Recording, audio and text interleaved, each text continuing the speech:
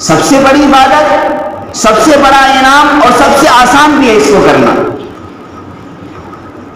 کہ انسان بیمار ہے، بستر پر پڑا ہوا ہے، اٹھنے کی طاقت نہیں ہے، وہ اللہ کا ذکر کر سکتا. انسان بیٹھا ہے، کھڑے ہونے کی طاقت نہیں، اللہ کا ذکر کر سکتا ہے.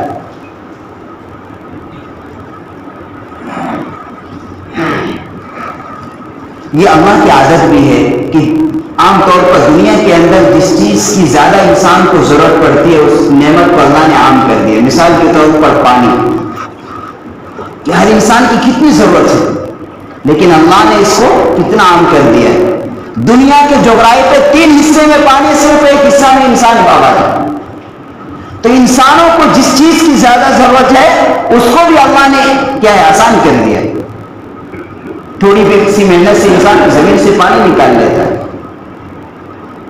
اور جہاں جس طریقے سے سہولت ہے، ہر گھر میں نل لگے ہوئے ہیں. کہ دنیا کا بھی اصول اللہ نے ایسا نظام بنایا ہے کہ انسانوں کو جس چیز کی زیادہ ضرورت ہے، کہ پانی کے بغیر انسان زندہ نہیں رہ سکتا، تو اس کو اللہ نے اس نعمت کو عام کر دیا. اور اسی طریقے سے اللہ تبارک و تعالیٰ سے جس چیز سے، جس عمل سے زیادہ قرب حاصل ہوتا ہے اور انسان اللہ کا مقرب بنتا جاتا ہے، وہ اس عمل کو، اس عبادت کو بھی اللہ نے آسان کر دیا اور اس کو بڑا بھی بنا دیا. اللہ خود کہتا ہے، موسیٰ علیہ السلام نے پوچھا کہ اللہ مجھے کیسے معلوم ہو کہ تجھے کون محبوب ہے، کون تیرا دوست ہے اور کون تیرا دشمن ہے؟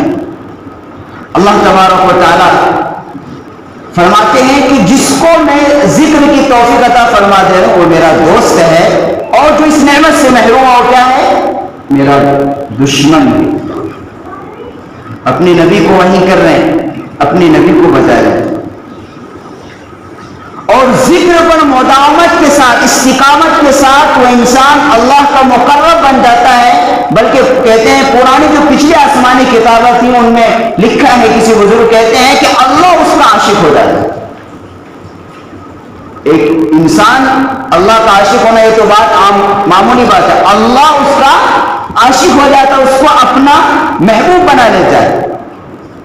اللہ اس سے محبت کرنے لگتے ہیں. کون؟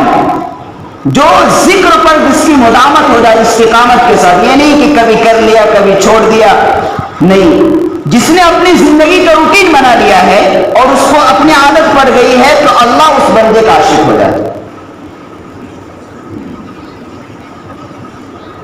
اور یہ اتنی پاورفل طاقت ہے کہ انسان کو ذکر کی مداومت سے اس کے اندر گناہ سے بچنے کی قوت پیدا ہو جاتی ہے. نفس کی ناجائز خواہشات کو روکنے کے اندر اس کے اندر قوت اور صلاحیت پیدا کر دیتا ہے اللہ. اسی لیے قرآن میں کہا گیا وَلَذِكْرُ اللَّهِ أَكْبَرُ. اور ہر عبادت کی ایک حد متعین کر دی ہے. نماز کا ایک حد ہے، جسے جمعے میں 2 رکعت فرض ہے، اگر کوئی 3 رکعت پڑھ لے تو نماز نہیں ہوگی. اصل میں 4 رکعت فرض ہے تو 4 ہی رکعت فرض ہے وہ. لیکن ذکر کو جب بیان کیا اللہ نے تو اس کی حد متعین نہیں کی. سیدھا کیا فرمایا، یا ایھا الذین آمنوا اذکروا اللہ ذکرا کثیرا. کثیر کا لفظ استعمال فرمایا، کوئی حد متعین نہیں. اسی وجہ سے بزرگان دین کے معمولات میں چڑھاؤ اتار رہا ہے. کسی کے معمولات میں 400، کسی کے 500، اور جو ان کا انفرادی اعمال ہے تو بعض بزرگوں کے معاملات میں لکھا ہے کہ وہ ہزاروں کی تعداد روزانہ کا ان کے معاملات میں ہوتے. استغفار، درود پاک، کلمہ طیبہ. اس لیے کہ قرآن کریم نے حد متعین نہیں کی.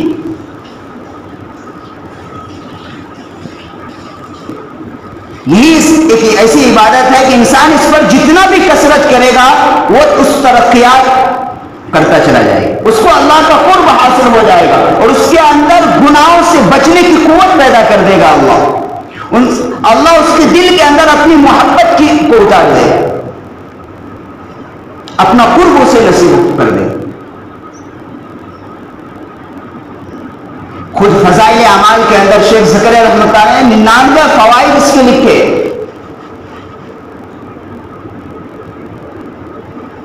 یہ اتنی بڑی عبادت ہے اور آسان بھی ہے. کہ انسان نماز میں پھر بھی کسی نہ کسی درجے میں مشقت ہوتی ہے کہ آدمی رکوع کرے گا، کھڑا ہوگا، پھر قیام کرے گا، سجدہ کرے گا۔ اس آدمی سے پوچھو جو نماز پڑھنے کا جس کو شوق نہیں ہے اور وہ مجبوری میں پڑھتا ہے، اس کو دیکھو کتنا بھاری لگتا ہے۔ خود ہماری طبیعت میں کبھی جب انسان کا طبیعت نہیں کرتی عبادت کرنے کا تو اس کو مشکل محسوس ہوتا ہے، لیکن پھر بھی کرتا ہے جس کو اللہ کی محبت، اللہ کا ڈر ہوتا ہے۔ لیکن یہ ذکر اتنا آسان ہے کہ انسان اس کو ہر حال میں کر سکتا ہے، بیمار ہو، صحت مند ہو، تندرست ہو، بازاروں کے اندر ہو، دکان پر بیٹھا ہو، باغ کے اندر ہو، یا عورتیں کام کر رہی ہو، کپڑے دھو رہی ہو، جھاڑو لگا رہی ہو، کھانا بنا رہی ہو، اللہ کا ذکر کر سکتے۔ اور یہ کتنی بات اتنا آسان ہے، اور اس کی وجہ سے کہتے ہیں روایت کے اندر آتا ہے کہ جب کوئی مرد یا عورت ایک مرتبہ سبحان اللہ کہتا ہے تو زمین و آسمان کے درمیان جو خلا ہے وہ اللہ اسے پر کر دیتے۔ لیکن ہمارا دل نہیں لگتا، دل اس میں نہیں لگتا ہے کہ ہم اس کی اہمیت کو نہیں سمجھتے۔ تھوڑی دیر بھی جو ہے بیٹھ کر اللہ کا ذکر نہیں کر سکتے اور چلتے پھرتے بھی کر سکتے، اتنا آسان عبادت ہے۔ لیکن بزرگوں نے لکھا ہے کہ کم از کم انسان صبح شام میں اپنا ایسا وقت متعین کر لے، چاہے وہ کتنا ہی، آج کل کوئی انسان، پہلے اتنا انسان کبھی بزی نہیں تھا جو اس دور کے اندر ہے، اتنا انسان کبھی بزی نہیں تھا، اور اس نے تو سب سے زیادہ بزی کر دیا۔ انسان پہلے کے چاہے کوئی بزنس کے لائن سے ہو، لیکن بزی انسان اس دور کے اندر جتنا ہے پہلے کبھی نہیں تھا اتنا مصروف، خواہ وہ کتنا ہی مصروف ہو، چاہے وہ اس کے پاس ہزاروں فیکٹریاں کا مالک ہو، چاہے وہ کتنا ہی بڑا تاجر ہو، چاہے وہ کتنا ہی، چاہے وہ دین کے کام میں کتنا ہی مشہور کیوں نہ ہو، اس کے لیے بھی ضروری ہے کہ کوئی ایک خاص وقت متعین کرے کہ جس میں وہ صرف اللہ کو براہ راست یاد کرے، چاہے وہ دل سے یاد کر رہے ہو، مراقبے میں بیٹھو، یا زبان سے تسبیح گر رہے، اور دل سے یاد کرنا یہ تو اور اعلیٰ درجہ ہے۔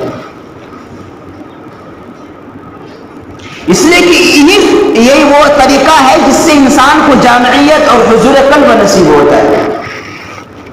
اور ایک نہیں، جتنے بھی اللہ والے بنے ہیں اور جتنے بھی اللہ کے کامل ولی بنے ہیں اور جتنے بھی اولیاء کرام سے آج لوگ جانتے ہیں، ان کے ناموں پر جو ہے لوگ پیسے تو لٹاتے ہیں، اور ان پہ نہ جانے ان کے ناموں پر کیا کیا کرتے ہیں، لیکن ان کا طریقہ اختیار نہیں کرتے، اور اس پر دماغ نہیں چلاتے کہ اتنے بڑے وہ اللہ والے بنے کیسے، انہوں نے کن کن مجاہدوں کو طے کیا اور کیسی کیسی قربانیاں دی۔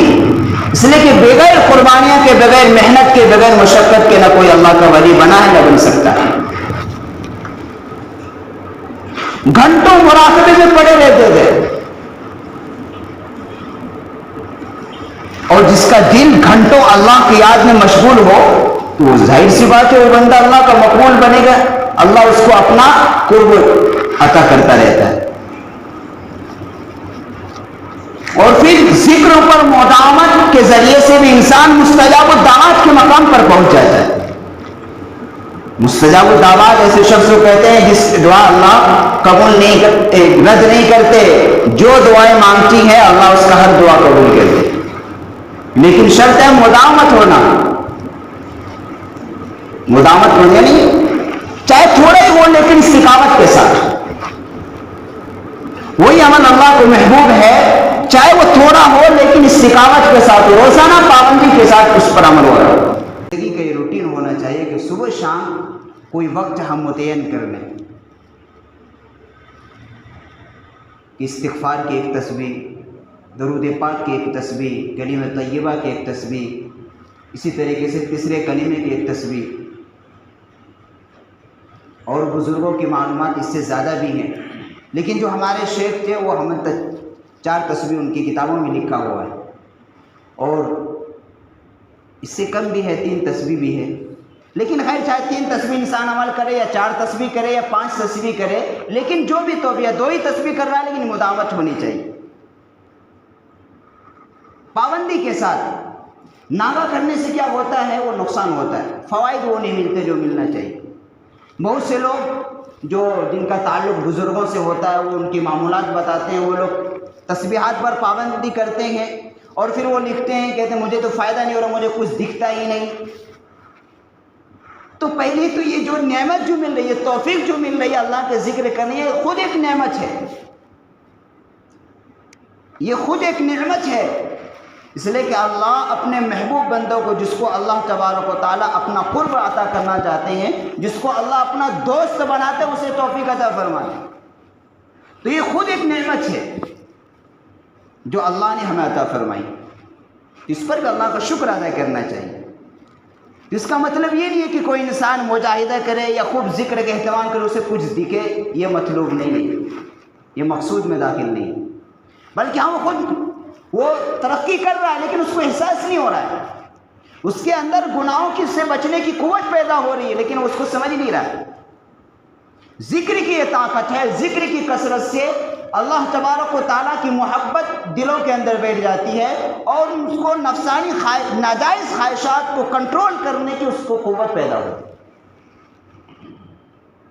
لیکن جو بندہ ذکر کا نہیں کرتا، اللہ حفاظت فرمائے، وہ ایسا کام کرتا ہے کہ شیطان بھی اس سے شرماتا ہے، شیطان ہی بھاگ جاتا ہے، بھائی میں ہی نہیں کرتا تو میرا بھی باپ ہے، ایک تو میں ہی مجرم ہوں لیکن تو میرے سے بڑا مجرم دکھتا ہے۔ نہیں، واقعی ایک انسان جب خود ایک انسان جو اتنا بڑا جرم کرتا ہے، شیطان بھی کبھی شرما جاتا ہے، اللہ حفاظت فرمائے۔ یہ کیوں ہوتا ہے؟ اس لیے غفلت چھائی جاتی ہے، ذکر نہ کرنے کی وجہ سے انسانوں پر غفلت چھایا، اور غفلت کے عالم میں انسان، اللہ حفاظت فرمائے، تو پھر اسے کیا بھی نہیں دکھتا، نفع نقصان اس کے سامنے کچھ نہیں دکھتا۔ تو ذکر کی مداومت سے انسان سے غفلت بھی ختم ہو جاتی ہے، اللہ کا قرب نصیب ہوتا ہے، غفلت دور ہو جاتی ہے۔ اور اللہ تبارک و تعالیٰ ہے، آپ نے سنا ہوگا رابعہ بصریہ جو اپنے زمانے کے بہت بڑا اللہ والی گزری، ان کا ایک خادمہ تھی، ان کو مرنے کا وقت جب قریب، ان کو وصیت کی جب میرا انتقال ہو جائے تو میری جو کپڑے انہی میں مجھے دفن دینا، میرے لیے نیا کپڑا نہیں خریدنا، اور میرے میت کی میرے جنازہ تشہیر نہیں کرنا، مشہور نہیں کرنا زیادہ لوگوں کو، اس لیے کہ وہ اس زمانے کی جب لوگوں کو معلوم ہو جائے گا تو مجمع اکٹھا جمع ہونا لازمی تھا۔